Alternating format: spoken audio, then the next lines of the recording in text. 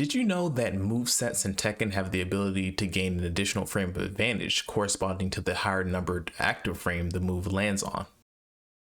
But what are the applications of this point regarding Miguel? And how can we use visual cues and situational awareness to determine what active frame has impacted an opponent? Let's find out.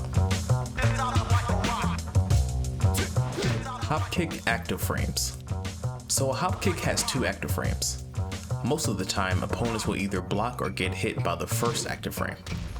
We'll call this the normal impact. During a normal impact of a hop kick, you are limited to down back +2 as your best, most damaging follow-up, which leads into his standard combo routes. A successful impact on the second active frame means more combo possibilities. If you hit the opponent with the second active frame, then the one frame difference that has been recovered allows you to combo additional moves immediately after the hop kick, for better combo variety and in some cases more combo damage. We can also see what's going on via the displayed hitboxes. The unimpeded hitbox, or rather the hit line of Miguel's hop kick, is a polyline consisting of two line segments. If the first active frame hits, then the opponent was hit on the first line segment, which translates to being hit in the proximal direction relative to Miguel. If the opponent is hit at a distal, or rather far angle, then the second active frame activates. The visual cue for this is seen from the second line segment. And this nets an easy combo which does more damage than the normal hop kick staple. And this combo gives an optimum damage staple from hop kick on the second active frame. Against Gigas at any normal distance, Miguel's hop kick hits on the second active frame.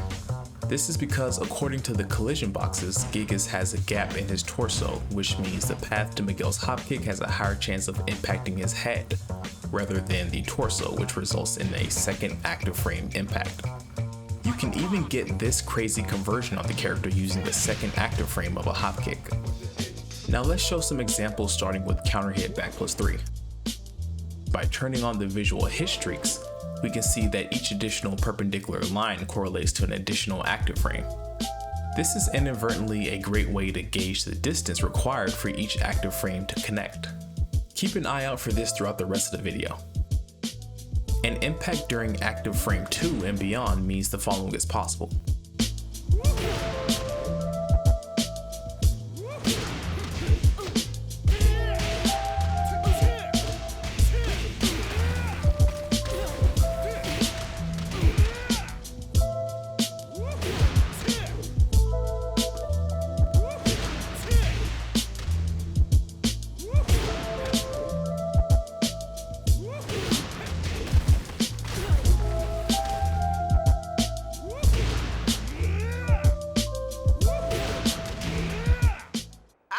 Concerning down back +3, you can cause a +5 advantage on hit during the second active frame. You can see from this example that the instant 14 Savage back +1 beats out a 10 frame jab in this +5 situation.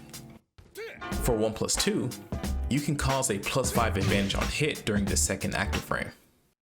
Moving on to 4+3, you can cause a +8 advantage on hit during the second active frame. Like the previous example, this is easier when an opponent is waking up, since the tail end of the move is extending downward. For 4+4, you can create a +7 situation on hit during the second active frame. Up 4+1. This move may grant you a +5 advantage on hit during the second active frame. And lastly, here's a small refresher on the frame info for 4+2+4, or known as Rude Charge. 4+2+4 has 10 active frames.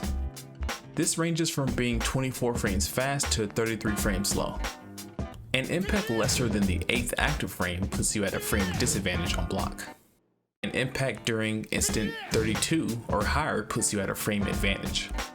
And the maximum advantage for this move on block is +2. Now we've come to the end of all the examples, so let's discuss about practicality. Obviously, not all of the info is practical in terms of the in-game use, but in general it is useful info, and under certain situations it can aid you in battle. To start off, the method of me describing the frame properties of each move has only been either on block or on hit. but remember that the impact of a later active frame affects both block and hit stun. For instance, let's revisit the back +3 series. This is a slow, visually ascertainable move to where, with some training, you should be able to tell if the move impacted the opponent at a later active frame. The positioning and delayed timing of the opponent's block stun animation is a dead giveaway. Let's say you're looking to follow up a back +3 with a safe 2-hitting mid-string, such as down forward +3-2, or known as Tunda. In this particular situation, an impact on the nearest active frame gives you a +7 advantage on block. In this condition, while an opponent may not be able to attack or duck, they can step the move in any direction. Now, if you visually see that your back +3 hit at a more distal range, then your frame advantage is now at a +8 to +9 range. Under this frame scenario, an opponent cannot step Miguel's Tunda in either direction, making this a much stronger follow-up move. This is just one of the many practical examples of using this knowledge to your advantage, and I definitely implore you to explore the active frames of these and other moves on your own. Thanks for watching. I actually have a Discord you can join that is linked in the description. Also, consider backing me on Patreon if you enjoyed this video, as that will encourage and promote me to release videos more often. And that's all I have, so I'll see you guys later.